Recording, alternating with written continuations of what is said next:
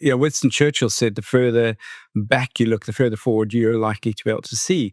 So at Tomorrow Today, we love looking back to gain insights and to see what's happening. And multipolarity is a incredible story because it actually goes back to the kind of the late 1990s. And the story goes something like this. So Russia's Yevgeny Primakov, he's flying to New York to do a talk at the UN.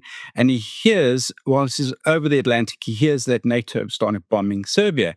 So he tells his pilot to turn the plane around. It becomes known as Primakov's Loop. And he sets out a clear doctrine, basically to break with the West and create a triangle of power between India, Russia, and China. And he describes this plan as a strong rebuke to the fallacies of a romantic Western liberal viewpoint. And his end game, in his own, Primakov's own words, he says it's to enable economic and social fortification for like-minded nationalistic and authoritarian regimes not aligned to the West. Now, this is out there, Graham, as you say. If you're paying attention to these weak signals, these forces of change, this has been out there for the last 2 decades.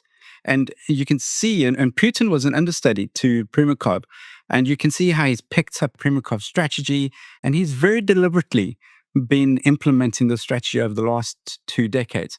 And now we can see the impact and what's actually happening right in front of us. And I agree with you. There are many people and leaders in the Western world who aren't really getting a full understanding of just how dramatic this multipolar world and the changes it's going to lead to.